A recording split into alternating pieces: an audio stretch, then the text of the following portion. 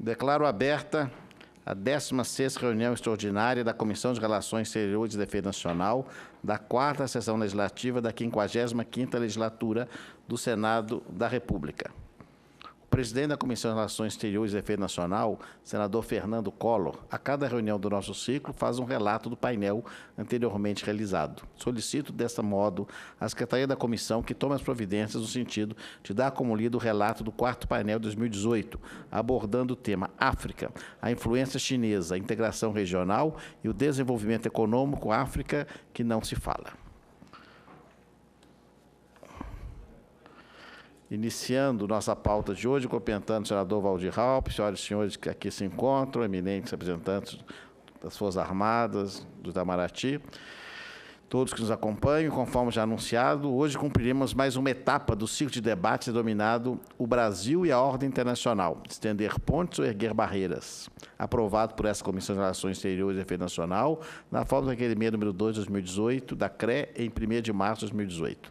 Neste 5º painel de debates do ano, o tema abordado será Disputa Comercial Internacional, Oportunidade e Desafios para o Brasil. Participa como conferencistas o professor José Tavares de Araújo Júnior, doutor em Economia pela Universidade de Londres, diretor do Centro de Estudo de Integração e Desenvolvimento, SINDES, e o professor Lucas Pedreiro do Couto Ferraz, doutor em Economia e professor da Escola de Economia da Fundação Getúlio Vargas, FGV, os quais gostaria de cumprimentar e convidar para fazer parte da mesa, agradecendo antecipadamente a presença de cada um e dando a eles as nossas boas-vindas.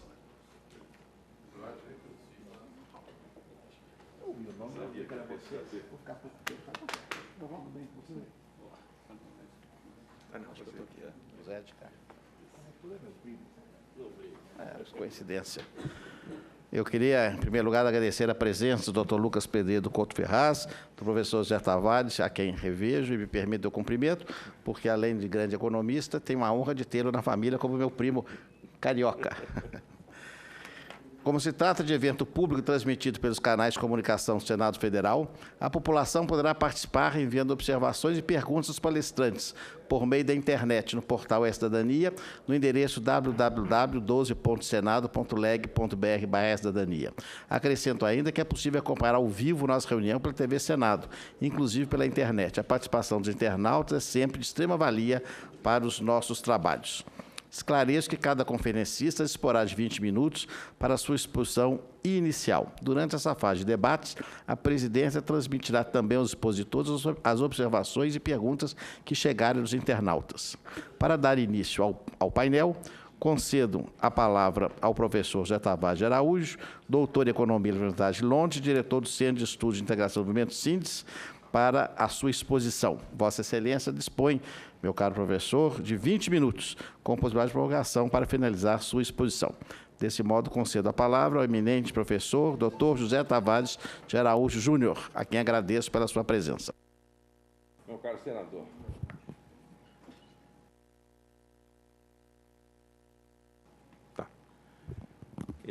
É um prazer para mim estar aqui, não sabia que ia ter essa honra de tê-lo como coordenador da mesa. E o tema que eu vou abordar, eu tinha intitulado O Brasil na Era Trump. E eu queria, para falar dos desafios da inserção internacional do Brasil, nesse momento, eu queria fazer duas qualificações iniciais a respeito da conduta do presidente Trump. A primeira é que, para nós avaliarmos devidamente onde estão os problemas, no caso do Trump, a gente precisa fazer uma separação entre a bravata e as medidas concretas. O Trump, durante a campanha, anunciou inúmeras coisas, como a construção do muro, que iria começar no dia seguinte da sua posse, que iria ser pago pelos mexicanos, isso até hoje não saiu do papel, a promessa de encerrar o NAFTA, que foi convertido num processo de negociação tortuoso, que atualmente, eu acho que dificilmente alguém poderia sintetizar em que pé está essa negociação. O fato é que o NAFTA não acabou e continua funcionando, mas criou-se um ambiente de tensão. Desde a sua... Durante a sua campanha, ele fez inúmeras vezes ataques ao multilateralismo, com aquela história do American First, etc.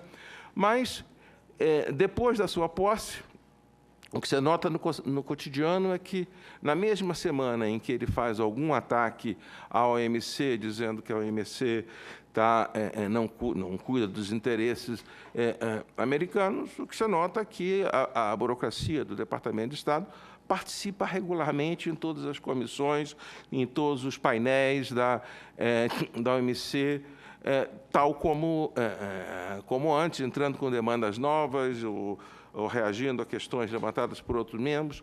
Ora, alguém que está querendo sair de uma organização multilateral não vai participar tão ativamente do seu cotidiano. Depois temos essa história da tarifa do aço, que já vai, creio eu, para o terceiro mês dessa novela. Depois da tarifa do aço, ele concentrou as suas críticas com relação à China. Agora já tem uma agenda de ameaças e de questões contra a China. Mas, entretanto, se nós esquecermos as bravatas e formos olhar para a conduta do governo americano na gestão do presidente Trump, nós vamos ver que não tem muita novidade. Porque se nós olharmos para os últimos, digamos, 35, 40 anos de história da política comercial americana, sempre foi uma característica do governo americano ter, por um lado, um discurso e medidas concretas em favor do multilateralismo. Aliás, o sistema multilateral de comércio contemporâneo, tal como nós conhecemos, não existiria se não fosse a ação decidida dos Estados Unidos desde o pós-guerra, em cooperação com outros países desenvolvidos. Mas, ao lado dessa defesa persistente do multilateralismo, os Estados Unidos sempre adotaram medidas seletivas e temporárias de proteção, mas com um outro discurso. No passado, e coincidentemente, a ênfase, os períodos em que houve uma maior ênfase em medidas de proteção seletiva e temporária foram justamente governos republicanos, como o do Reagan, do Bush pai, depois do Bush filho. E essa era uma coisa curiosa da política americana, né? Quer dizer, como nos Estados Unidos, se nós fôssemos usar o linguajar brasileiro, os democratas seriam mais desenvolvimentistas, né? Enquanto os republicanos, em tese, seriam mais liberais. Mas, na prática, não é isso que se nota. Vou recordar aqui alguns exemplos mais notáveis. Por exemplo, na década de...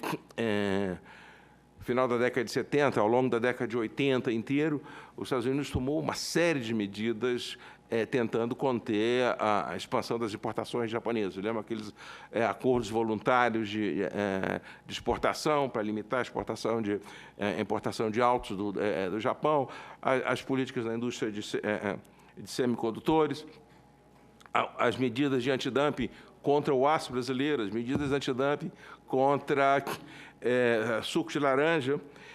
Mas, como eu dizia, quer dizer, essas medidas elas sempre elas eram apresentadas como se fosse algo excepcional e que, quer dizer, que no conjunto era a tendência geral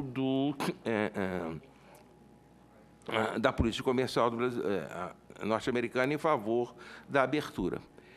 Se os senhores forem observar como é a política comercial americana hoje, é igualzinho isso que eu acabei de descrever. Quer dizer, teve essas medidas tópicas, quer dizer, a questão do aço e do alumínio, essas ameaças em relação à China, mas o conjunto da política comercial americana, a sua estrutura tarifária, os seus instrumentos de promoção, continuam exatamente os mesmos que sempre foram.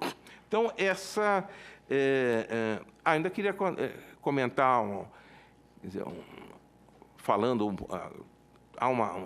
nas últimas semanas tem havido uma atenção muito grande quanto à questão da China estar se tornando cada vez mais sofisticada tecnologicamente, e que isso vai gerar uma tensão muito grande. Se nós olharmos para trás, esse fenômeno já ocorreu diversas vezes. Eu mencionei lá as medidas de apoio à indústria de semicondutores, mas há uma outra mais relevante, que é que quando o Japão, no final dos anos 80, descobriu isso aqui, que é o painel de LCD. Quer dizer, em 1988, a Sharp lançou a televisão de tela plana, né, que revolucionou primeiro o segmento de televisão, depois todo o segmento de informática, equipamentos em diversas áreas. Quando surgiu aquela inovação, rapidamente o Departamento de Defesa americano se deu conta que todos os equipamentos nos anos seguintes da indústria de defesa americana iam ter painéis fabricados no Japão ou em algum país asiático. Isso gerou um documento que hoje em dia é um clássico, falando da ameaça que isso representava à indústria americana e à defesa americana, tal como hoje novamente aparece o argumento sobre a defesa. E o governo americano adotou uma medida que, olhando retrospectivamente, era uma medida absolutamente incompetente, mas eles aplicaram uma medida antidumping contra as importações de painéis de LCD naquele momento era basicamente para televisão, mas sobretudo para computadores. A Sharp, a IBM, a Apple e a Dell foram ao presidente Bush, à época, e disse: presidente, o senhor não está... essa medida antidumping que acabou de ser implantada, essa medida é contra nós, porque nós é que estamos lá produzindo com os asiáticos esses painéis para incorporar nos nossos computadores. E esses painéis só sendo feitos na Ásia. Naquela época era basicamente Japão e Taiwan, depois Coreia entrou, porque as economias de escala são monumentais e é muito mais barato para nós que essa produção esteja lá do que aqui nos Estados Unidos. E vocês, com essa tarifa antidumping, só vai inviabilizar a produção de computadores. E fizeram uma ameaça que, se a tarifa não fosse suspensa, essas três empresas, a IBM, a Apple e a Dell, iriam transferir a montagem de computadores dos Estados Unidos para o Canadá e para o México para fugir da tarifa. Com isso, a tarifa foi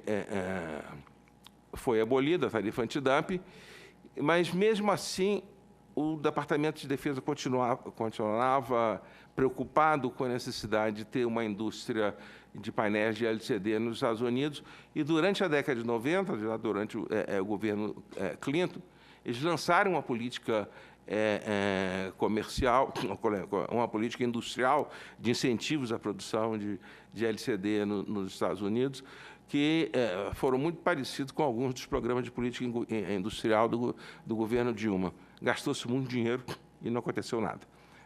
No final dos anos, ainda no governo Clinton, no final da década de 90, os Estados Unidos abandonaram de vez a intenção de produzir painéis de LCD lá.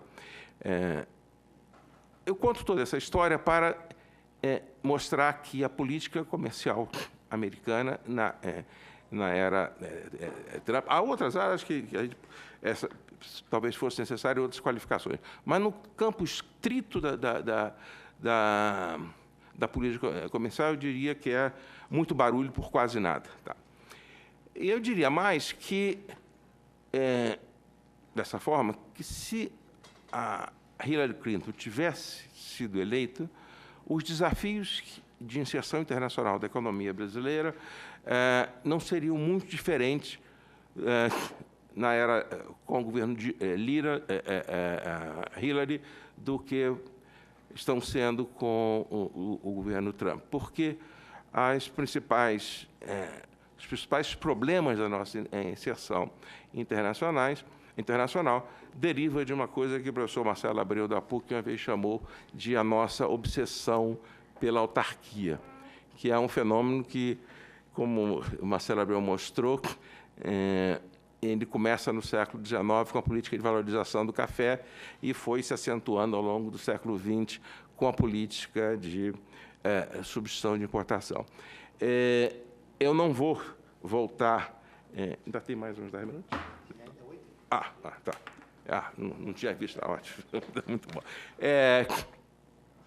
Eu não vou voltar ao século XIX, mas eu só queria pegar o período mais recente, pós a reforma comercial do governo Collor.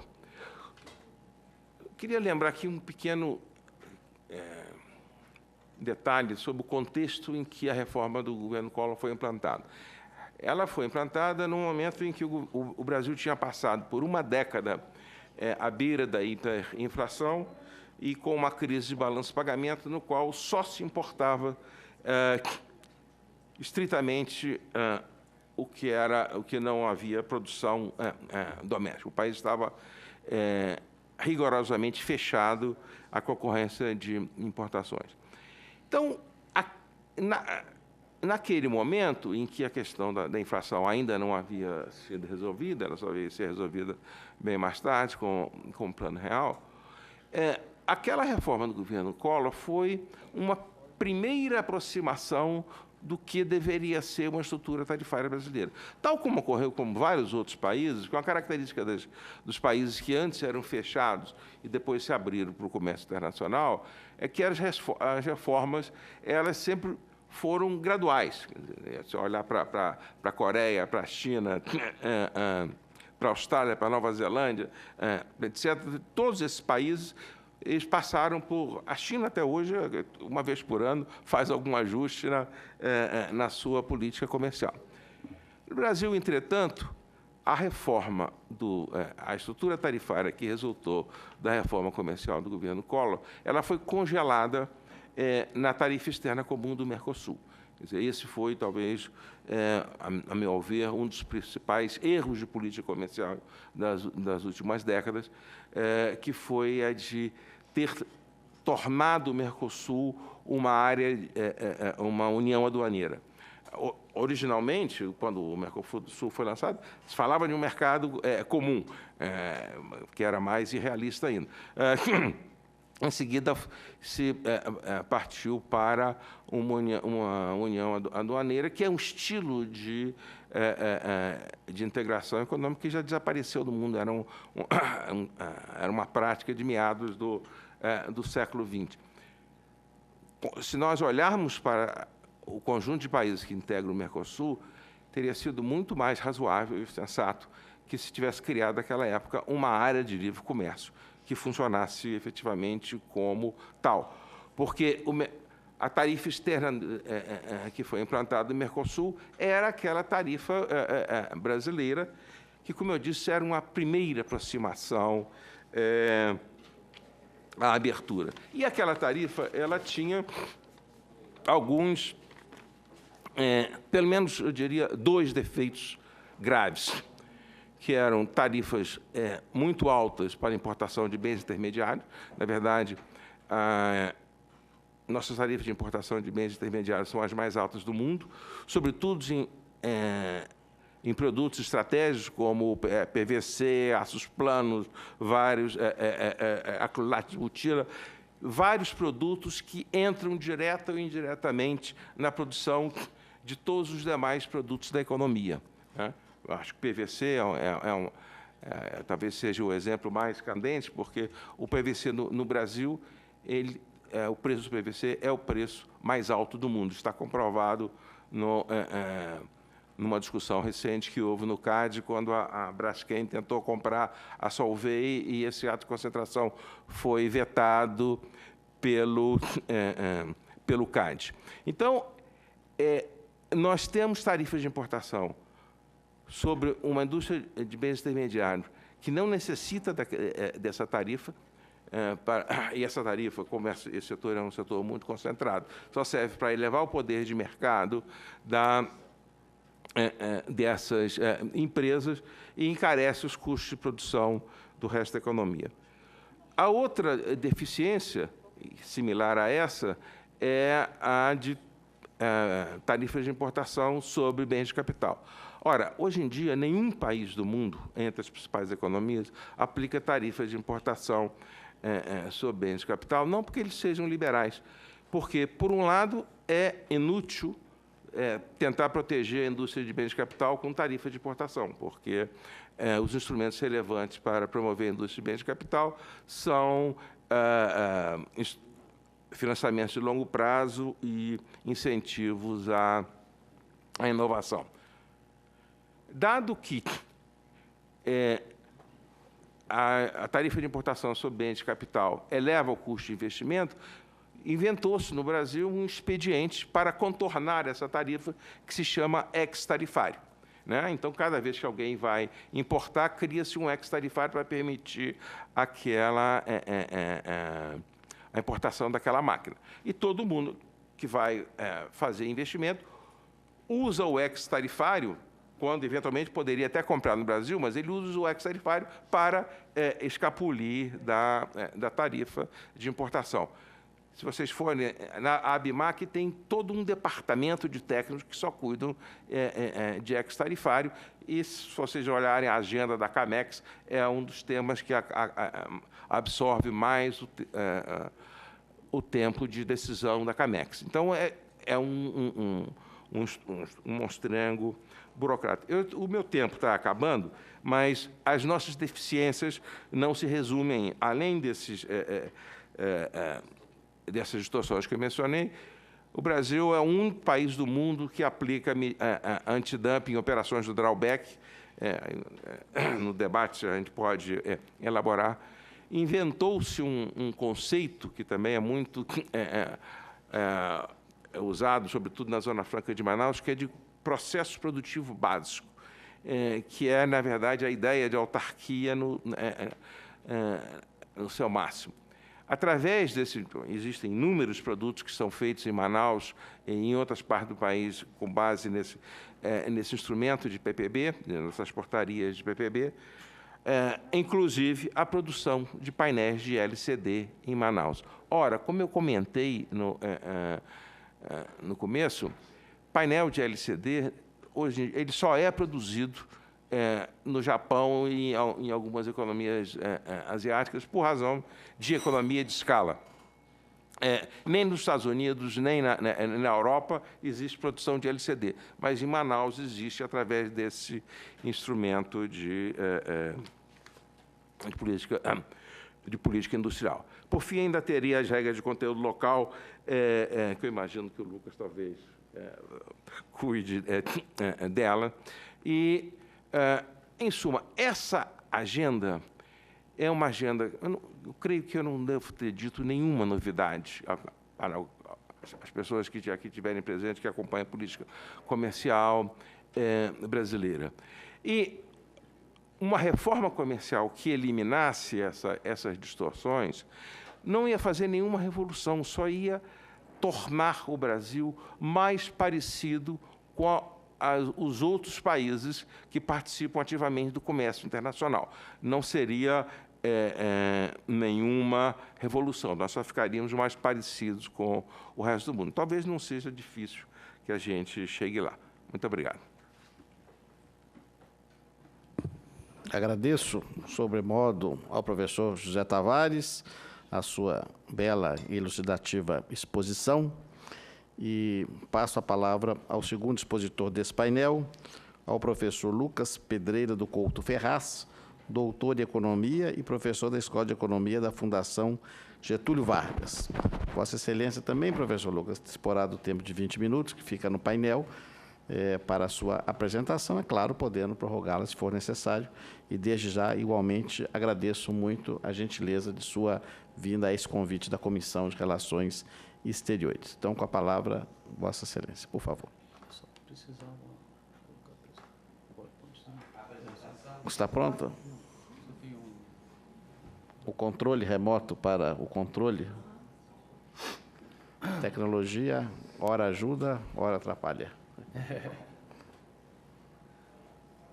Boa noite. Eu tenho um controlezinho já.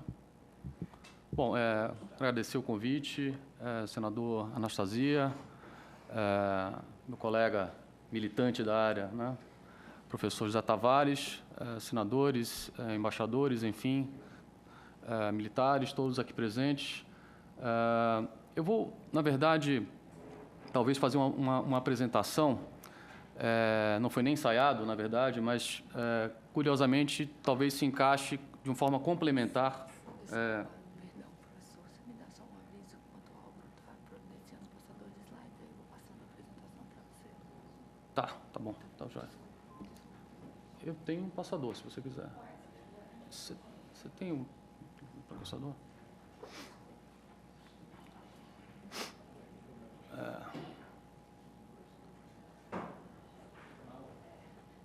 As falhas técnicas. Está bem comido, né? Como professor, eu sempre tenho um passador comigo. Mas tem mais coisa aqui. Tem mais coisa aí, tem computador, tem tudo.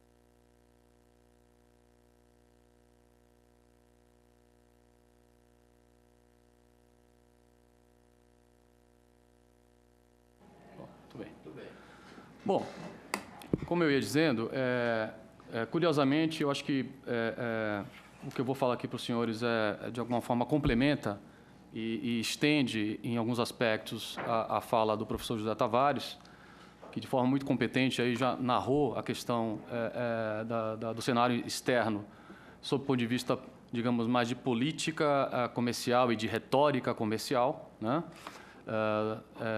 Mostrando pontos de vista dos quais eu concordo plenamente. E o que eu vou mostrar aqui para os senhores, na verdade, é dar uma visão mais geral do que vem acontecendo hoje no comércio internacional no mundo, né? Como o Brasil se insere nesse novo contexto, tá?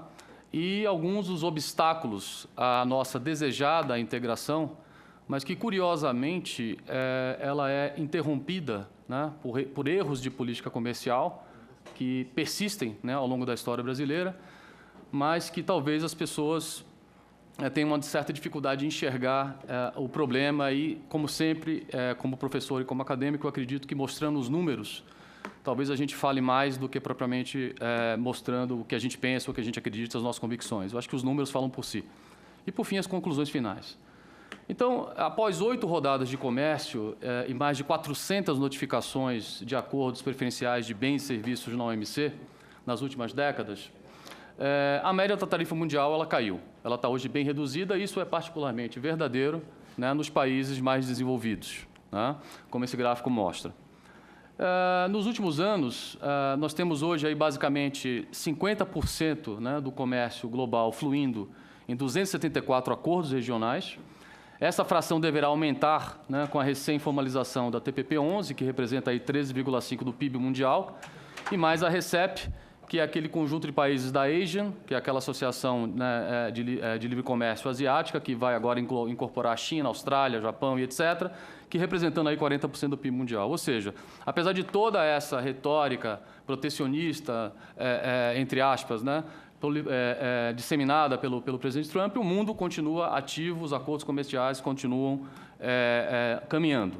Talvez não na mesma dinâmica da década de 90, quando houve a explosão, mas continua, o progresso continua ocorrendo nessa área de liberalização comercial.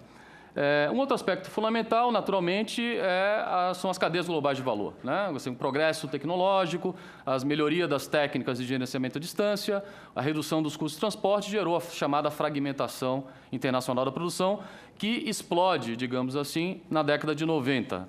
Hoje, o último dado que nós temos, basicamente 65% do comércio, das exportações globais correspondem a bens intermediários, partes e componentes. Ou seja, o mundo ele hoje está integrado numa grande fábrica internacional de produção. Essa tendência ela vai muito firme até pelo menos 2008, e o que a gente observa, isso aí na verdade, é a elasticidade renda do comércio mundial, ou seja, quanto cresce o comércio mundial quando cresce 1% do PIB mundial. E o que a gente observa é que, de fato, na década de 90, onde você tem de 90 a 2000, foi quando o comércio internacional, em média, crescia quase 2,3 vezes mais rápido do que o PIB mundial. Isso mostrando a importância da fragmentação e o impulso todo dado dessa fragmentação ao comércio. Um aspecto interessante também dessa nova globalização, como ela é chamada, é que bens que cruzam fronteiras diversas vezes necessitam de serviços de conexão, serviços de transferências de dados com as técnicas de gerenciamento à distância, e isso fez com que o comércio de serviços ganhasse uma importância muito particular. Eu sou da época de estudante de economia que a gente considerava que serviços eram bens não comercializáveis. Essa não é a realidade dos serviços hoje. Hoje os serviços são bastante comercializáveis e a gente ainda tem um dever de casa a ser feito. Para a gente ter uma ideia, 28% das exportações mundiais, por volta disso, correspondem a serviços hoje em dia, mas se a gente olha o comércio mundial sob a ótica do valor adicionado, a gente percebe que 50% das exportações mundiais correspondem a serviços. O que é isso? São serviços que vão embutido nas exportações de outros setores da economia brasileira, da economia mundial, brasileira em particular, principalmente o setor manufaturado. A importância do serviço também pode ser vista no número de acordos de serviços que vem ocorrendo, de acordos comerciais no mundo que vem ocorrendo, incluindo cláusulas voltadas para o comércio de serviços, como a gente pode ver no gráfico. Um outro aspecto fundamental dessa nova globalização é que, com a queda das tarifas de importação, a gente tem agora um grande debate sobre as chamadas barreiras não tarifárias, tá?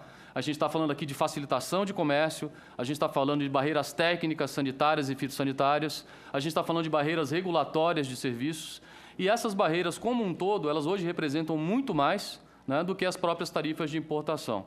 Isso é muito mais verdadeiro, evidentemente, para os países mais desenvolvidos que têm as tarifas de importação mais baixas. Aqui só um exemplo, se a gente pegar o comércio dos Estados Unidos com a União Europeia, a tarifa aplicada já está muito baixa, as tarifas que a União Europeia aplica sobre as exportações americanas, algo como 5,40, média ponderada, 1,92, média simples, mas a gente observa que, basicamente, as barreiras não tarifárias representam um imposto, uma tarifa adicional da ordem de 38%. E, ao contrário, 47%. Ou seja, o mundo hoje é um mundo que debate a questão das barreiras não tarifárias de uma forma muito incisiva, dada a sua importância. E o Brasil nesse novo contexto? Bom, a gente sabe que a economia brasileira foi a economia que mais cresceu, né? De 1947 até o final da década de 70, o Brasil era um país que se industrializava, nessa época, que trazia o homem do campo para trabalhar na cidade em manufatura e serviços, e fomos o país de 47 a 1900, a final da década de 70, que mais cresceu no mundo, uma média de 7,2% ao ano, tá? A partir do final da década de 70, esse modelo se exaure e o que a gente tem é a queda de participação da indústria no PIB nacional continuamente, tá? Eu gosto de mostrar esse gráfico porque esse gráfico ele nos diz algo que talvez muitas vezes é esquecido no debate. O problema da queda de participação industrial no PIB brasileiro não pode ser tratado como um problema de curto prazo. Ele não é um problema de um governo A, B ou C. Ele é um problema que vem ocorrendo há pelo menos 4 décadas no Brasil. Ou seja, há algo estrutural acontecendo na economia brasileira e, evidentemente, que isso tem a ver com o que acontece no mundo também, que está fazendo com que esse fenômeno progrida, tá certo? Evidentemente que, no final da década de 70, o que você tem? Você tem a abertura do mercado da China, né? No final da era Mao, Deng Xiaoping assume o poder e começa a implementar as reformas liberalizantes, a China começa a se abrir e, a partir daí, você tem a explosão do comércio internacional, com a formação das cadeias na Ásia, Europa, Estados Unidos, etc. E o Brasil, alijado desse processo, faz com que a sua indústria perca a participação no PIB e o Brasil se servicifique, né, como a gente diz no linguajar popular. Ou seja, o Brasil hoje é uma economia 70% de serviços. As cadeias globais, pessoal, geraram um novo padrão de comércio. Isso aqui é uma tabela que tem muito número, eu vou tentar passar aqui rápido. O que a gente está percebendo aqui nessa tabela é o seguinte: o número de trabalhadores envolvidos em manufaturas, direta e indiretamente, ele vem caindo no mundo. Tá? Pelo menos de 95 a 2010, no auge desse processo de fragmentação, essa parcela de trabalhadores no total da força de trabalho, ela cai principalmente no mundo em desenvolvimento e ela sobe principalmente nos países da Ásia, tá certo? É importante a gente ter em mente também que, para o mundo inteiro, e o Brasil não é exceção, cerca de 50% dos trabalhadores envolvidos na produção de um bem manufaturado estão fora do setor manufatureiro. Tá? Isso aí manda um recado, eventualmente, para a questão das políticas industriais, que muitas vezes focam só no setor propriamente industrial, no setor manufatureiro, e esquecem que, por trás desse setor, tem toda uma cadeia que envolve setores de agricultura e envolve setores de serviços também, voltados a serviços. Então, o que a gente observa é que houve, de fato, uma servicificação do PIB mundial e do PIB de vários países, principalmente nos países desenvolvidos, e a gente nota, inclusive, que essa servicificação ocorre até na própria África. Né? Então, de 1980 a 2010, a indústria ela pede participação na própria África vai de 14% a 10%, né? Entre 1980 e 2010, América Latina 21%, 15%, países da OCDE 23%, 14%, ou seja, só cresce na Ásia. A questão da desindustrialização, chamada desindustrialização, é, portanto, um fenômeno mundial e está relacionado a esse novo padrão de comércio internacional proporcionado pelas cadeias e também, evidentemente, muito mais influenciado pelo progresso tecnológico. Tá certo? Aqui, a média do crescimento da produtividade do trabalho entre 1980 e 2009 para um conjunto de países que são países que também sofreram essa chamada servicificação, né, se tornaram economias de serviços, com ganhos de produtividade positivos no período, e o Brasil com perda de produtividade. O que ocorreu com o Brasil? O Brasil se servicificou, como todos os países, em geral, do mundo, à exceção da Ásia, mas a gente se servicificou não porque nós nos integramos, não porque nós sofremos um grande choque tecnológico, muito pelo contrário, porque nós sofremos uma grande perda de competitividade relativa da nossa indústria e o serviço, naturalmente, ocupa o espaço da economia brasileira. E essa perda de produtividade, eu vou tentar convencer os senhores aqui, está muito relacionada à questão do nosso isolamento comercial. Tá certo? Então, o Brasil hoje é uma economia de serviços, comercializamos poucos bens propriamente ditos, comercializamos poucos serviços também. Os serviços comercializáveis são serviços de maior valor agregado, como comercializamos poucos serviços, nossa produtividade em serviços é uma das mais baixas do mundo. Mas é bom a gente ter em mente que o Brasil não é só um país pouco produtivo em serviços. O Brasil é pouco produtivo em todos os setores. Tá? Para a gente ter uma ideia, só o setor de serviços nos Estados Unidos é cerca de 4,5 vezes mais produtivo do que a nossa própria indústria. Tá? Então, o Brasil ele sofre de um problema de baixa produtividade generalizada. E aqui eu vou entrar numa questão muito fundamental. A gente, em geral, vê em jornal, televisão, policy makers, né, fazedores de política, empresários, não, precisamos integrar o Brasil nas cadeias globais, precisamos aumentar a inserção internacional. Então, aqui eu vou levantar alguns pontos sobre como nós perdemos esse bonde, porque esse bonde ele andou forte até 2008, agora ele está patinando, né? E o Brasil vai entrando tarde nesse processo de integração via cadeias globais, caso esse seja o nosso objetivo. Bom, primeiro ponto é o seguinte: por que nós perdemos esse bonde? Né? Então, enquanto o mundo fragmentava a sua produção na década de 90, principalmente, desadensava as suas cadeias locais de produção, esse é um termo muito importante, que se fala muito aqui no Brasil no sentido contrário, de adensamento. Então, enquanto o mundo estava desadensando a sua produção, o Brasil estava preocupado em adensar cada vez mais a sua já adensada cadeia produtiva no setor industrial. E isso está por trás de uma mentalidade, e aí eu vou falar de um aspecto mais, talvez, de mindset, né, de mentalidade do próprio negociador brasileiro, de que exportar é sempre maravilhoso e importar, talvez, um mal necessário. Né? O sonho do negociador brasileiro talvez fosse tornar o Brasil uma grande potência exportadora, de preferência importando nada, o que é impossível. Então, eu mostro nesse gráfico que não há precedente na história econômica de um grande país exportador que não seja também um grande país importador. Isso precisa entrar na mente do negociador brasileiro, isso precisa entrar no DNA da nossa negociação. A gente não tem essa mentalidade ainda. Não há precedente de país que seja grande exportador que não seja grande exportador, ponto. É tão simples quanto isso, olhar os dados, né? E o gráfico deixa isso claro. Então, o que nós fizemos nas 2 últimas décadas? Sendo bem sucinto. Ao invés de focarmos numa agenda norte-sul, onde toda a literatura empírica e econômica mostra que ali estão os grandes ganhos de comércio, ou seja, fazer acordo com o país desenvolvido, a gente se volta para fazer acordo com o país em desenvolvimento ou o país pobre, propriamente dito. Então, a gente fez acordos com a Índia, acordos que envolvem poucos produtos, poucos códigos, acordos rasos, digamos assim. Fizemos um acordo com a União Aduaneira da África do Sul, com o Egito, com Israel, ou seja, acordos que, de fato, têm muito pouco impacto, né, na produtividade da economia brasileira e na nossa competitividade em geral. A rodada Doha inicia em 2001, a negociação brasileira fica toda focada na chamada aposta multilateral, né? Vamos tentar aumentar a nossa inserção de forma multilateral, negociando a rodada Doha, mesmo quando a rodada Doha já dava sinais, e já dá sinais há muito tempo, de que não ia muito para frente. Tá certo? Mas a gente pareceu ignorar esses sinais e continuamos focados nessa estratégia de não aos acordos bilaterais e regionais, e sim à estratégia multilateral. E, por fim, enquanto o mundo, nesse período, nessas 2 últimas 3 décadas, estava já negociando acordos em serviços, acordos de investimento, né, barreiras regulatórias, etc., o Brasil estava ali focado nos instrumentos tradicionais do GATT: tarifa, cota e subsídio, né? São os 3 instrumentos tradicionais que, hoje em dia, poucos países no mundo estão interessados em centralizar o debate da negociação nesses velhos instrumentos do GATT. Focamos no Mercosul. O Mercosul foi importante para a economia brasileira? Sem dúvida. Ajudou a aumentar a nossa inserção internacional? Certamente não. Temos uma inserção internacional hoje, tanto Brasil quanto Argentina, que basicamente é a mesma que tínhamos em 91, tá certo? Agora, por que o Brasil foi importante? Sob que ponto de vista? Sob o ponto de vista da nossa indústria. Se não tivéssemos o Mercosul, certamente a participação da indústria no PIB hoje possivelmente seria menor, tá certo?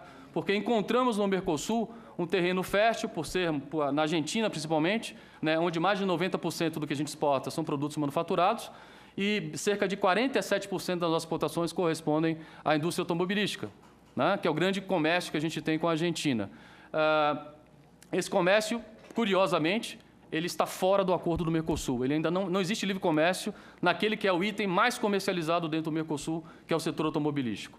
E aí se diz que temos uma cadeia de valor no Mercosul, o Mercosul é importante, fundamental, e quando a gente compara os números, a gente vê que a coisa não é bem assim. Aqui um exemplo muito claro, para os senhores terem uma ideia. De 100% que o Brasil exporta para a Argentina, 77,2% é assimilado na Argentina, o resto é reprocessado, né? Típico funcionamento de cadeia. Mas quanto volta para o Brasil? Cerca de 5,5% apenas, tá? Se você comparar isso daí com o que acontece no México, e com o México e os Estados Unidos, por exemplo, de 100% que os Estados Unidos exporta para o México, 75% é assimilado no México, mas quase 20% retorna para os Estados Unidos. Isso é uma cadeia de valor regional bilateral forte. Se a gente olhar para a Europa, do que a Alemanha exporta para a República Tcheca, quase só 50% é consumido diretamente na República Tcheca e o resto é reprocessado. 11% volta para a Alemanha, 3,4% vai para o Reino Unido, 3,3% para a França. Isso sim é cadeia de valor. Então, temos uma cadeia, temos algum tipo de comércio de bem intermediário, mas ele é muito tímido, tá? Cadeias de valor significam países que são mais integrados em cadeias de valor, em geral, têm um conteúdo doméstico mais baixo nas suas exportações. Esse é um outro ponto fundamental, que precisa também entrar, né, digamos assim, na mente do negociador brasileiro. Enquanto a República Tcheca, por exemplo, do que ela exporta, apenas 50% é produto doméstico, são insumos domésticos, tá certo? E quase 50% são insumos internacionais.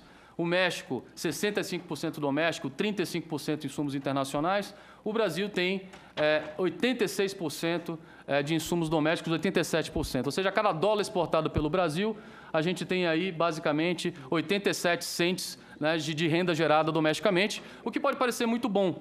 Eu falo aqui, olha só, a gente é muito mais interessante do que o México, porque cada vez que a gente exporta, a gente gera muito mais renda domesticamente. A questão é que, enquanto a gente exporta uma determinada quantidade X, o México exporta 4X. E, com isso, o México consegue gerar mais renda com as suas exportações, porque elas são muito mais competitivas do que as exportações brasileiras. Um outro ponto fundamental é que, mesmo com a grande reforma tarifária que nós fizemos em 91, tá certo? Continuamos com a chamada escalada tarifária. O Brasil hoje é, talvez, pelo menos nessa desagregação do Banco Mundial, onde a gente tem matérias-primas intermediárias, bens de capital e bens de consumo, um dos países, talvez Brasil e Argentina, um dos únicos países que ainda pratica a chamada escalada tarifária, que é uma forma de vocês olhar para a proteção da produção local por valor adicionado, tá certo? E a gente observa que, mesmo hoje, o Brasil continua praticando a sua escalada tarifária, enquanto o mundo, na verdade, faz o contrário. O mundo, ele hoje confere tarifa efetiva negativa para bem de capital e bem de intermediário, enquanto o Mercosul continua oferecendo tarifa positiva.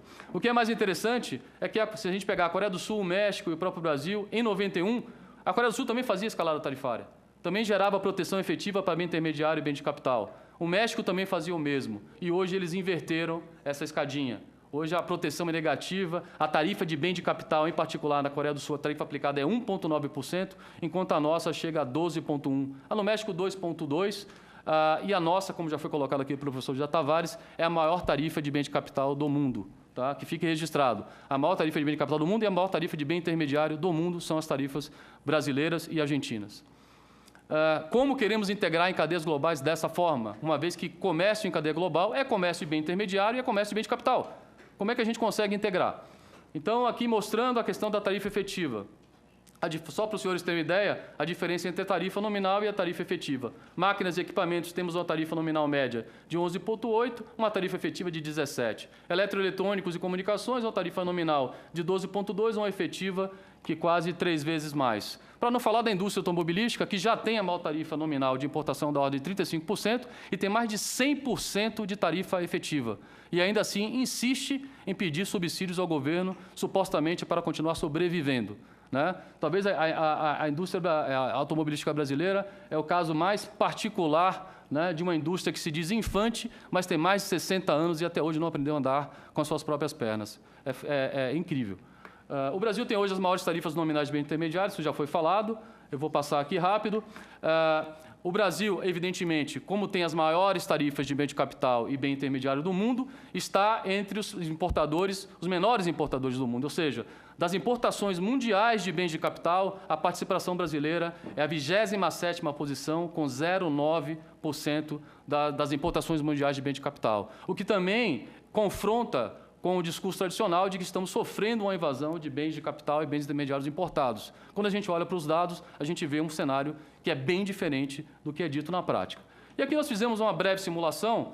Se o Brasil, então, quisesse reduzir as suas tarifas de bem intermediário e bem de capital para a média mundial, que é ao redor de 4%, qual seria o impacto na economia? Então, aqui tem toda uma microeconomia por trás, um modelo de equilíbrio geral computável, uma técnica sofisticada, bastante utilizada no mundo, tá certo? E o que a gente observou num cronograma de desgravamento tarifário de 4 anos, em 2030, a gente teria um ganho de PIB da ordem de 0,43%. O que é mais interessante de todo esse processo é que a abertura de bens de capital e bens de informática e telecomunicações, chamados BIT-BK, ela beneficiaria...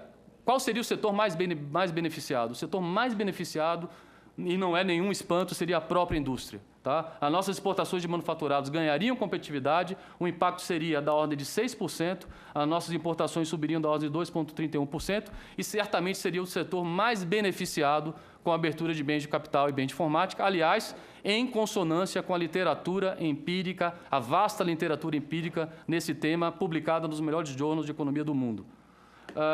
Sobre as barreiras não tarifárias, o Brasil hoje ele é um país que adota muita barreira não tarifária. Isso aqui é o número de barreiras não tarifárias por código HS6 importado pelo país. O Brasil está ali próximo da União Europeia. A gente reclama que a gente sofre muito com as barreiras técnicas sanitárias e fitossanitárias, mas nós somos um dos países que mais impõem barreira técnica sanitária e fitossanitária, o que é curioso, tá certo? A União Europeia está lá com 10,4 por código importado, a gente tem 10,2. Os Estados Unidos têm 6,4, tá? E o que é mais curioso ainda, a maior incidência de barreira não tarifária está no setor agrícola brasileiro. Tá? Temos o setor agrícola, que é um setor que tem vantagem comparativa internacional, um setor competitivo, mas é o setor, sob a ótica das barreiras regulatórias, mais protegido do Brasil. Tá? Evidentemente que isso gera custo, isso gera proteção para o setor. Essas barreiras não tarifárias elas estão dentro do Mercosul também. Isso aqui é o equivalente tarifário das chamadas TBTs e SPS dentro do comércio do Mercosul, basicamente Brasil e Argentina, e a gente nota que essas barreiras, o impacto delas, né, o equivalente tarifário é maior justamente nos produtos agrícolas, onde a gente viu onde está uma maior incidência do Brasil. Questão aqui do comércio de serviços, como eu falei para os senhores, 31% das exportações brasileiras de manufatura corresponde a serviços, 19% o setor extrativo, 15% agricultura. Se nós não melhorarmos a nossa competitividade em serviços, dificilmente também nos tornaremos um grande exportador, um país competitivo em setor industrial, que emprega muitos serviços. Para isso, nós fizemos alguns exercícios, calculamos as barreiras, os equivalentes tarifários, digamos, das barreiras regulatórias de serviços, para uma série de setores, né, de serviços, comparando com a América Latina, Brasil e OCDE. E fizemos um exercício simples. E se o Brasil, agora que tem toda essa discussão se o Brasil vai entrar na OCDE ou não, se o Brasil adotasse a mesma regulação para o comércio de serviços dos países da OCDE, qual seria o impacto na economia brasileira? E a gente nota, de novo, que o setor mais beneficiado seria o setor manufatureiro, com um impacto de 2,65% nas exportações, em seguida o próprio serviços, em seguida o agronegócio e por aí vai. Ou seja, o impacto generalizado positivo nas exportações brasileiras que agregam, como no mundo, muitos serviços dos seus produtos. Por fim, a questão, pessoal, aduaneira, né? O Brasil é um país fechado em serviços, o Brasil é um país que tem as tarifas de BITPK mais altas do mundo, e o Brasil é um país que agora sim, mas até então, na década de 90 e 2000, deixou a questão portuária um pouco de lado. Portos são fundamentais para a integração em cadeias globais de valor, tá? Talvez o fator mais importante. Alguns estudos mostram que um dia de atraso em porto significa 1% a menos de exportação para um país. Um estudo mais recente mostra que um dia de atraso pode significar cerca de 0,6% até 2% do valor da carga transportada. Tá? E esse valor é 60% maior em média para os produtos industrializados, para os chamados BITs e BKs, justamente os BITs e BKs. Né? A OCDE estima que o equivalente tarifário dos atrasos portuários podem alcançar até 30% do valor da carga transportada, ou seja, os números são brutais. Aqui a gente mostra o equivalente tarifário dos atrasos portuários no mundo. A gente quebrou o mundo aqui em países de renda alta, média, o Brasil tem renda média, média baixa e baixa, e a gente mostra que, de fato, as barreiras são geralmente maiores para bens manufaturados, tá? E os países de renda média, média baixa e alta, e baixa propriamente dita, são onde você tem as maiores barreiras, né? E, evidentemente, isso explica porque boa parte das cadeias globais de valor envolve países que têm aduanas eficientes, países desenvolvidos e alguns países asiáticos. E aqui a gente tem o equivalente tarifário, né, das barreiras dos atrasos brasileiros. O último dado que a gente tem oficial é que a gente tem um atraso de 17 dias para importar. Isso significa um imposto adicional de 14,2% nas importações brasileiras. Ou seja, fora tudo que a gente já tem de problema de importação, a gente ainda tem essa questão dos atrasos portuários. Por fim, eu queria fazer alguns comentários aqui, finalizo minha apresentação, meu tempo já está se esgotando. O Brasil perdeu a grande janela de oportunidade dos últimos 20 anos, quando poderia ter formalizado uma série de acordos comerciais e aumentado a sua inserção. Tá? A questão é, o isolamento brasileiro hoje, talvez, cobre um custo muito maior do que no passado, porque continuamos concorrendo com o Made in Brasil, quando hoje você concorre com produtos que são fabricados no mundo. Então, esse atraso tecnológico, né, esse atraso em competitividade, em produtividade, certamente nos custa mais caro. A boa notícia... A postura protecionista do governo Trump, ao contrário do senso comum, e aí eu digo a minha opinião, tá? Ela pode trazer boas oportunidades para a economia brasileira, no sentido de tentar aumentar a sua inserção via acordos, no momento em que pode aumentar o apetite, né, pode despertar novamente o apetite de outras regiões e países que são dependentes do comércio com os Estados Unidos. Esse é o caso, por exemplo, da própria União Europeia, onde nós estamos, no momento, discutindo a finalização do acordo. Esse é o caso do acordo que estamos tentando finalizar com o México. Esse é o caso da aproximação que estamos fazendo com o Canadá, Coreia do Sul e Japão. Ou seja, oportunidades certamente estão aí, né? As oportunidades estão aí, a gente tem que aproveitar ao máximo. A aproximação com a Aliança do Pacífico é relevante, a gente tem feito essa aproximação, e eu falo especificamente do governo atual, né, que foi, digamos, uma guinada, né, na política comercial brasileira, e isso vai ser mais interessante ainda se a gente conseguir fazer uma harmonização regulatória com esses países da Aliança do Pacífico, visando, eventualmente, um ingresso futuro no TPP-11, onde esses países da Aliança já são signatários. Mas é importante ter em mente o seguinte, pessoal, um acordo de comércio leva muito tempo. Tá? O desgravamento tarifário no acordo de comércio pode levar de 10 a 15 anos.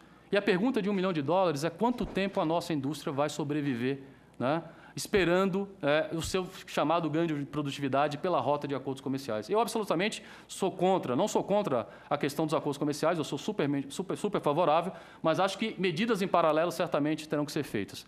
A questão do Mercosul, tá? O Mercosul, se não mudar a sua estrutura tarifária, que ainda tem uma escalada muito grande, bens BIT-BK muito tarifados, tá certo? Um comércio intrabloco que não tem livre comércio no principal produto, que é o setor automotivo, dificilmente vai se integrar em cadeias globais. E o Mercosul, um comentário final, é um caso bizarro, porque o Mercosul, na verdade, não é uma união aduaneira propriamente dita. Tá? O Mercosul é uma área de livre comércio que resolveu adotar uma TEC. Essa é a grande verdade. Porque uma união aduaneira propriamente dita, ela tem uma TEC, como tem o Mercosul, mas não existem regras de origem como existem no Mercosul. Tá? O comércio é livre. Entrou no bloco, o comércio é livre. O Mercosul é um caso bizarro de uma união chamada, entre aspas, aduaneira, que continua com regras de origem da ordem de 50% a 60% dos produtos, o que é uma anomalia, tá certo? Então, talvez seja mais o caso, já que somos de fato uma união aduaneira, não somos de fato uma união aduaneira, temos regras de origem, vamos voltar ao modelo de acordo de livre comércio, de acordo de uma zona de livre comércio, por que não? Tá? A questão portuária, o Brasil já vem tomando medidas interessantes nessa área, a questão do portal único é interessante, a questão do operador econômico autorizado, hora, implantação, são medidas corretas que vão na linha do chamado Acordo de Facilitação de Comércio, que foi aprovado em Bali em 2013, o Brasil é signatário e está tomando medidas concretas nessa área, isso é importante. Mas um outro ponto também que é importante focar na questão portuária especificamente, aqui eu estou finalizando, é a questão do frete. O frete no Brasil é muito caro, tá certo? As empresas marítimas, né, que fazem o comércio marítimo brasileiro, o que é interessante dizer, 95% delas são multinacionais. Apenas 5% são empresas nacionais. E a pergunta que não quer calar é o seguinte: por que temos hoje um imposto chamado adicional de frete da Marinha Mercante, que embute 25% em cima do frete cobrado dos importadores brasileiros, supostamente para financiar uma indústria naval? Tá? Sendo que 95% do nosso comércio são empresas internacionais. Tá? Eu não sou, em princípio, contra nenhum tipo de medida, mas eu acho, como economista e como acadêmico, que, no mínimo, deve ser analisado o custo-benefício desse tipo de imposto para a sociedade. Estamos falando da indústria 4.0. Tá? O mundo hoje está avançando nessa linha. O Brasil hoje tem um quadro industrial que, basicamente, está ainda na segunda revolução. Né? Recentemente, o BNDES lançou um programa chamado Internet das Coisas, que ignora a questão das importações. Né? O Brasil quer desenvolver tecnologia, né, de ponta, indústria 4.0, Internet das Coisas, com tecnologia 100% nacional. É um outro tiro no pé. E aí a minha pergunta final é a seguinte: por que não aderimos ao acordo chamado ITA, que é o Information Technology Agreement, que envolve mais de 90% do comércio mundial de bens de informática e bens de capital, e é um plurilateral, e o Brasil insiste em ficar fora desse acordo? Tá certo? E qual é a explicação, provavelmente, do negociador brasileiro? Ele vai dizer: não, eu não preciso entrar nesse acordo, porque, afinal de contas, eu exporto com tarifa zero e eu posso importar impondo tarifas, protegendo o meu mercado. Novamente, a lógica de que exportar é bom, importar é péssimo. E, com isso, a nossa defasagem permanece. Um outro ponto fundamental é que, para avançarmos, e o último ponto, avançarmos na questão da indústria 4.0, além de bens de informática e bens de capital, precisaremos de serviços de alto valor agregado, para, digamos assim, impulsionar a nossa indústria. Por que não aderirmos ao Trading Services Agreement, ao TISA, que está sendo negociado, tá certo? Ainda não foi implementado, talvez seja uma hora que o governo brasileiro possa entrar nessa negociação e, eventualmente, adequar, né, a negociação, de alguma forma, ao seu próprio benefício, né? Por que não? E um acordo que abarca aí 70% do comércio mundial de serviços, também estamos fora. Ou seja, o Brasil permanece isolado, né, com essas barreiras que eu citei, e o resultado não pode ser outro, né? Uma baixa produtividade, um isolamento das cadeias globais, e a pergunta que fica é: até quanto tempo resistiremos? Muito obrigado. Obrigado, Dr. Lucas Cordeiro do Couto Ferraz. Antes de devolver a palavra aos nossos palestrantes para as considerações finais, eu gostaria de agradecer a presença aqui nesta comissão do embaixador da Angola, do senhor Nelson Manuel Cosme, embaixador de Luxemburgo, senhor Carlo Krieger, embaixadora Gisela Padovan, do Ministério das Relações Exteriores, Assessoria de Assuntos Federativos e Parlamentares, subdiretor de Contabilidade da Aeronáutica, brigadeiro Marcos Aurélio Pereira Silva, conselheiro da Embaixada de Belarus, senhor Alexander Skatlov, conselheiro da Embaixada do Reino do Marrocos, senhor Abba Sidi, segundo secretário da Embaixada da República Árabe do Egito, senhor Omar El-Ri. Eu vou fazer duas perguntas antes de passar a palavra para, inicialmente, o Dr. José Tavares de Araújo Júnior. Em que medida as estruturas burocráticas de governo têm consciência deste cenário de protecionismo comercial brasileiro e o que tem sido feito para reverter esse quadro? Segunda, quais os fatores principais para a melhoria da produtividade do trabalhador brasileiro e como o governo, a sociedade civil organizada e os agentes econômicos pode contribuir para este objetivo? Eu não sei, poderia um responder uma pergunta, outro responder outra? Eu devolvo depois para o Dr. Lucas também. Então, passo a palavra ao Dr. Eu José. vou tentar responder a primeira das perguntas, mas antes, eu queria realmente cumprimentar o Lucas pela sua competente e tão abrangente apresentação. E queria fazer um comentário. Eu ia, por coincidência, eu ia terminar também falando sobre portos. Não sei se você viu, semana passada saiu um artigo meu no Globo abordando isso, que é retirado de um texto que eu tinha escrito no ano passado. Mas eu queria fazer um comentário, porque eu, há muitos anos, quer dizer, desde o tempo do que o Brasil era mais fechado do que é hoje, antes da reforma comercial do Collor, eu sempre me perguntava por que o Brasil é assim. E depois isso eu venho com essa preocupação desde a década de 80. E depois disso, quer dizer, eu comecei a perceber que, enquanto que o resto do mundo, dos países mais diversos, quer dizer, dos países asiáticos, dos países latino-americanos, quando eu olhava para certos aspectos da integração europeia, a impressão que se tinha era que os demais países do mundo eles eram empurrados para a integração internacional e nós éramos empurrados para dentro. Né? E eu venho me perguntando sobre isso há muito tempo. As respostas vão todas em pontos que o Lucas mencionou diversas vezes ao longo da sua passagem. De um lado, tem a ver também com... tem muito a ver com ideologia, mas tem a ver com interesses também, porque todos esses custos que o Lucas descreveu também, ele beneficia alguns segmentos da economia brasileira. Né? E o pior é que esses segmentos têm uma força muito grande. Haja vista a reação, eu diria, quase que histérica que certos segmentos empresariais tiveram nos últimos meses a essa tímida iniciativa do Ministério da Fazenda e da Secretaria de Assuntos Estratégicos de promover o debate sobre a abertura. Veja-se, por exemplo, o artigo de segunda-feira passada do presidente da Confederação Nacional da Indústria.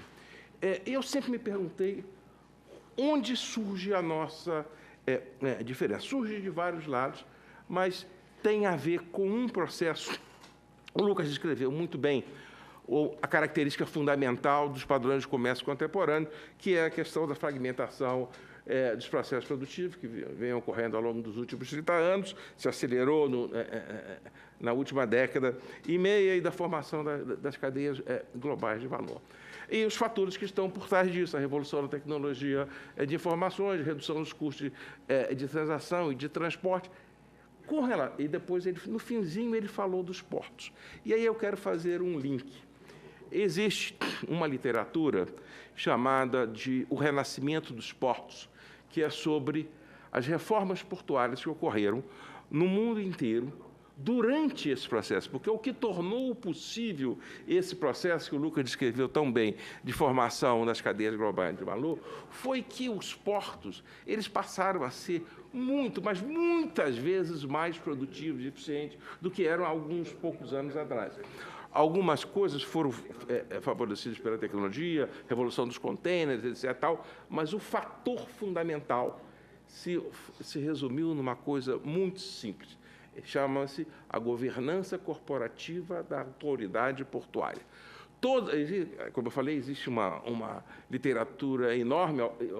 Alguns daqueles textos que o Lucas mencionou citam essa literatura, são inspirados nessa literatura. E essa literatura mostra basicamente o seguinte: desde o primeiro ciclo de globalização da economia mundial no século XIX, formou-se em vários países uma aliança perversa entre portos e interesses políticos locais.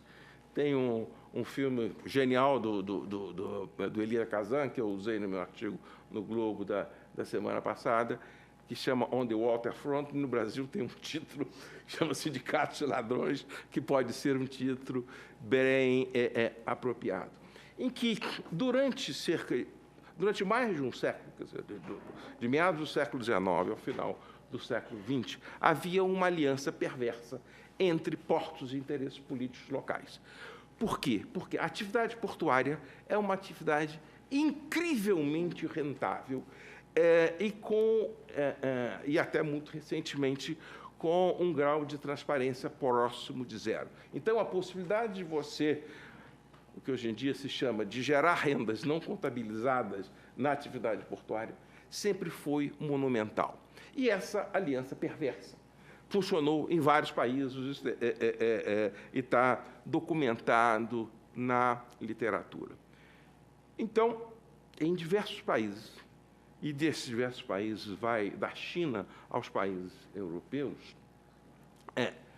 processou-se uma reforma chamada de reforma portuária, cujo foco, tem várias componentes, mas tem um foco central, transformar os princípios de governança corporativa da autoridade portuária, que, no caso do Brasil, são as nossas companhias de docas.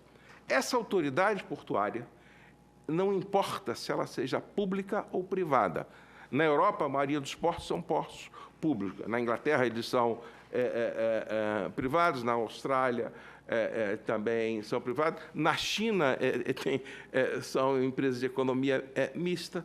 Mas o traço comum entre todas essas reformas dos diferentes países foi a transformação da autoridade portuária numa empresa que pode ser pública ou privada, mas com estatutos conforme os princípios contemporâneos de governança corporativa, que envolve, primeiro ponto, blindar as influências políticas espúrias sobre a atividade do porto. O político não manda em porto.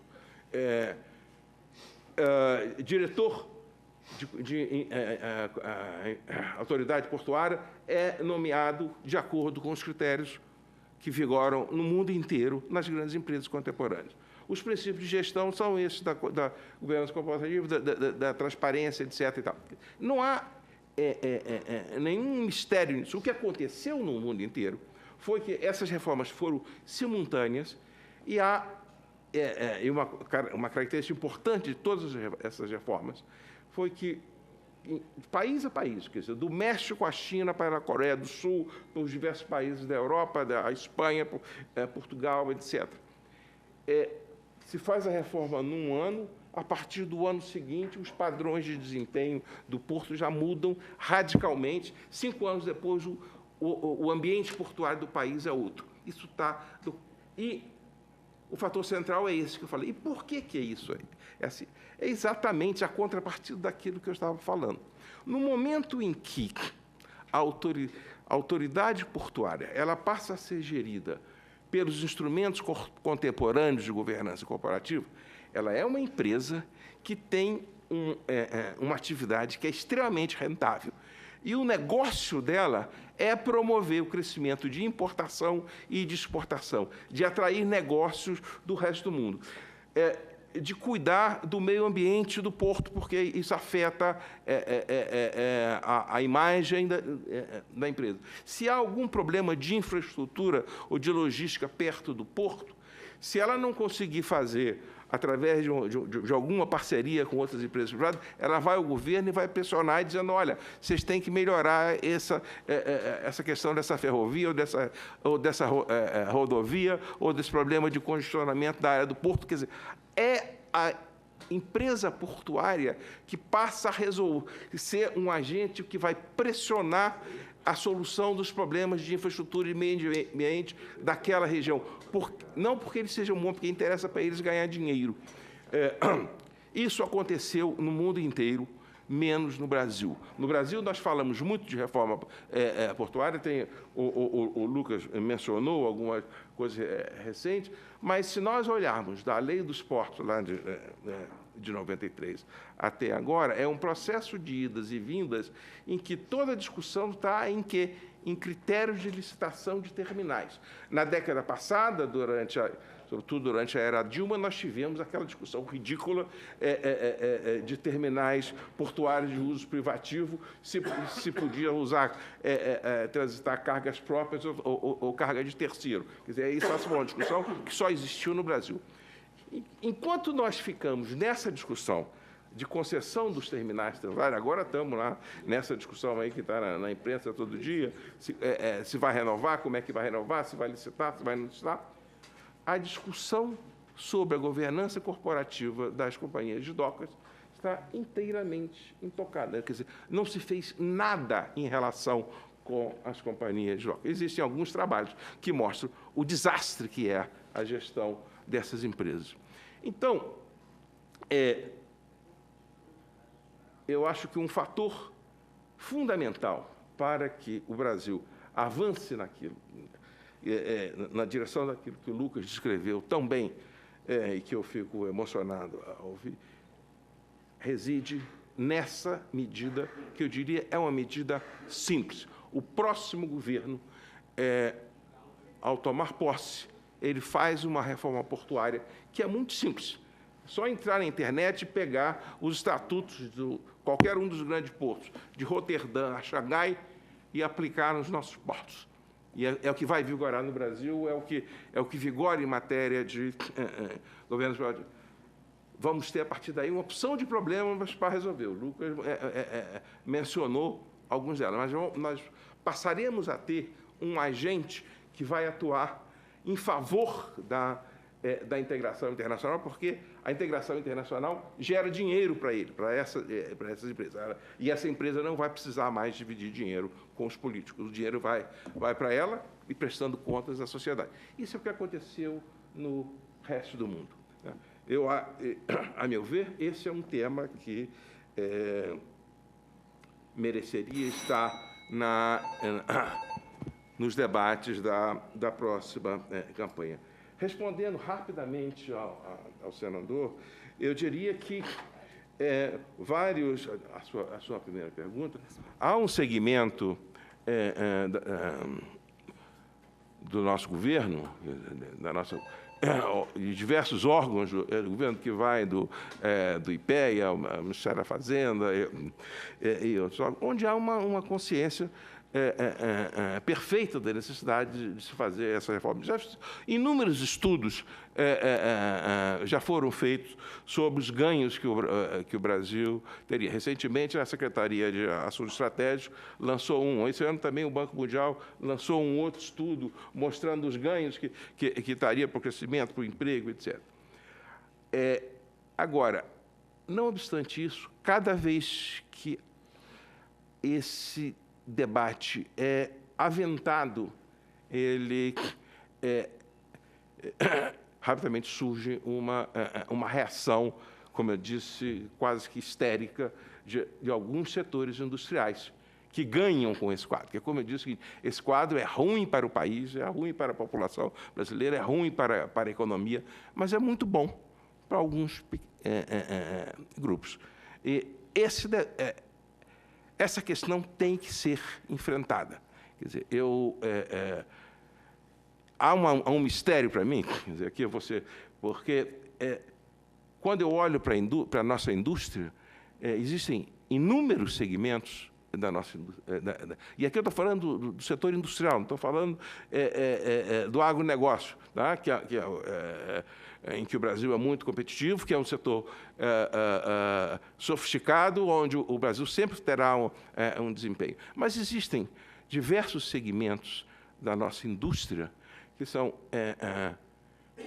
altamente competitivos. Eu pego, por exemplo, todo o segmento do entorno da indústria aeroespacial, alguns segmentos. Falamos de bens de capital, nós temos algumas empresas de bem de capital, como a VEG, a Embraco e outras, que não dependem dessas coisas, são empresas competitivas internacionalmente. Nós temos um segmento da indústria de artefatos de borracha, que também é papel e celulose. Então, se nós formos pegando esses segmentos que não precisam desse aparato e que seriam altamente beneficiados com a reforma tarifária, eles ficam calados. Eu nunca vi. Quer dizer, fora recentemente, nesse debate do ano passado sobre a medida antidumping sobre aço, em que aí houve algum debate, a nossa indústria é muito tímida. Quer dizer, a nossa indústria que não precisa disso, né? É muito tímida em reagir a essas medidas protecionistas. Enquanto que aqueles que são beneficiados têm uma voz que é muito forte e um grande apelo e um grande apoio de um segmento da nossa intelectualidade. Esse conceito que é fantástico, que só existe no Brasil, que o Lucas lembrou, que é o conceito de adensamento de cadeias produtivas, quer dizer, ou seja, é a busca da autarquia na direção contrária onde vai o mundo. Isso foi inventado na Universidade de Campinas. Tá publicado, eu não estou aqui ofendendo a ninguém, tá registrado. E, quer dizer, há uma literatura enorme, né? Quer dizer, depois passou a se chamar agora, hoje em dia, do novo desenvolvimentismo, etc., que é uma ode ao fechamento da economia. Então, esses são alguns dos obstáculos que eu vejo, pelo menos. Muito obrigado. Não sei se respondi integralmente a pergunta. Nós que agradecemos. Passando a palavra ao Dr. Lucas, vou fazer mais duas perguntinhas, associadas aqui à segunda que eu já havia feito, né, de quais os fatores principais para a melhoria da produtividade do trabalhador brasileiro e como o governo, a sociedade civil organizada e os agentes econômicos podem contribuir para este objetivo. Aqui veio mais duas perguntas dos telespectadores, dos internautas. Bruno Garcia, de São Paulo. Deveríamos ter paridade de poder de compra do salário, que é desvalorizado em comparação com o da Argentina? O trabalhador de lá ganha o dobro que no Brasil? Até eu fiquei curioso agora para ouvir a resposta dessa pergunta, porque eu não sabia dessa disparidade tão grande. E a segunda é a Franciana Lopes, do Ceará. O Brasil se insere no mercado financeiro de acordo com o governo Temer, que é incapaz de retornar ao otimismo, à simplicidade e à transparência do governo anterior. Acho que o governo anterior terminou muito mal, né? Mas não cabe a mim aqui responder essa pergunta. O mercado econômico está com um pouco mais de otimismo nesse momento, nesse ano, do que no final do governo passado. A palavra, doutor Lucas. Bom, começando pelas perguntas do senador, eu estou de acordo com a fala do professor José Tavares. Eu acrescentaria alguns pontos, né, do que foi falado. Eu acho que aqui, no Brasil, a gente tem pouca cultura de análise de dados, né? Isso a gente observa participando dos debates. Esse tema de comércio agora voltou à tona, então eu tenho tido uma participação relativamente forte nesses debates. Eu tenho percebido isso. Quer dizer, a gente vem com os números, mostra os números para as pessoas. Eu costumo dizer que eu não sou... eu sou um professor, então assim, eu não sou pago para emitir opiniões pessoais, eu sou pago para fazer estudos e mostrar o que os dados dizem, né? Mas mesmo nessa linha, a gente observa que existe uma certa falta de cultura, falta talvez de uma descrença, né, com os dados que a gente mostra, muitas vezes até questionando a fonte do dado. Esse dado é um dado do Banco Mundial, esse dado é um dado da OCDE, então esses caras eles não entendem tanto da economia brasileira como nós entendemos, né? O que, evidentemente, é um argumento retórico enfim. Mas tem um outro ponto que eu acho que talvez seja mais importante, que aí talvez explique por que se analisa pouco, né, os dados de comércio nas tomadas de decisão. Isso tem a ver com o formato do nosso processo decisório, né? A gente tem hoje um processo decisório de política comercial que é muito sensível a grupos de interesse, né? E talvez o exemplo mais óbvio disso nos últimos dias, como mencionou o professor José Tavares, foi a questão do estudo da SAI, do estudo do Ministério da Fazenda, relativo à abertura de BITPK, né? Então, toda uma celeuma foi criada em cima disso. Rapidamente, os arautos aí protetores da economia brasileira e do bem-estar social já saíram em defesa da indústria brasileira, como se nós quiséssemos aqui, eu defendo particularmente essa agenda também, nós quiséssemos aqui acabar com a indústria brasileira, quando, na verdade, o intuito é totalmente ao contrário, né? A gente parte do princípio que a indústria brasileira, para sobreviver e se desenvolver e ser uma indústria internacional, ela precisa abrir a sua economia. A gente precisa abrir a nossa economia, tá? Mas esse processo é muito captado. Um outro exemplo também, anedótico, foi a discussão do antidumping, né? Então, que também está relacionado ao processo decisório. A gente tem hoje um departamento no Ministério da Indústria e Comércio, que é o DECOM, que faz os estudos de antidumping, né, para a economia, para a economia brasileira. E esses estudos, de alguma forma, são feitos no DECOM, talvez sem muita transparência. Quer dizer, a sociedade não tem acesso, né, ao estudo, a como foi feito, e talvez mais importante até do que isso, o seu impacto na economia como um todo, né? Eu faço um paralelo aqui com o que ocorre, por exemplo, no processo decisório de antidumping nos Estados Unidos, onde você tem uma agência, né, que estuda, né, a questão do antidumping, com os seus critérios estabelecidos no acordo de antidumping da OMC, e você tem um outro organismo que faz um estudo, chamado estudo de impacto, né, em equilíbrio geral, né, esse termo técnico, que basicamente o que ele tenta mostrar é que, eventualmente aquela proteção antidumping pode ser benéfica para aquele setor, pode dar um alívio para aquele setor, mas ela, como um todo, pode ser prejudicial para a economia, principalmente para aqueles setores adjusantes da cadeia que utilizam aquele insumo, no caso de um insumo industrial, né, no seu processo produtivo. Então, o resultado pode ser pior para a economia como um todo, mas para aquele setor que pediu, né, a proteção, ser benéfico. Então, quando novamente a Fazenda tentou trazer esse debate, fala, vamos tentar dar um pouco mais de transparência nesse processo, vamos tentar fazer uma análise mais sistêmica, né, dessa coisa. Já, o pessoal também já foi dizer, não, eles querem acabar com o antidumping, não pode, tal, etc. Ou seja, né, um exagero. Bom, dito isso, a segunda pergunta, medidas para aumentar a produtividade do trabalho no Brasil, a agenda é enorme, né? Isso passa desde melhoria da educação, isso passa desde melhoria da nossa infraestrutura, né? Isso passa desde uma boa reforma tributária, que nenhum de nós discorda, né, da sua necessidade. Mas é importante frisar um ponto central, né? A gente não pode incorrer o erro de acreditar, né, que só podemos fazer a nossa abertura comercial quando estivermos totalmente preparados, ou seja, quando tivermos com todas essas reformas em dia, né? Usando um linguajar um pouco mais coloquial, quando estivermos nas condições normais de temperatura e pressão. Não há e não houve precedente na história de nenhum país que resolveu todos os seus problemas internos e só então resolveu abrir a sua economia, tá? Na verdade, o que a gente observa é exatamente o contrário. O processo de abertura em si, ele é um grande impulsionador de outras reformas, em particular as reformas que eu acabei de mencionar. Obrigado.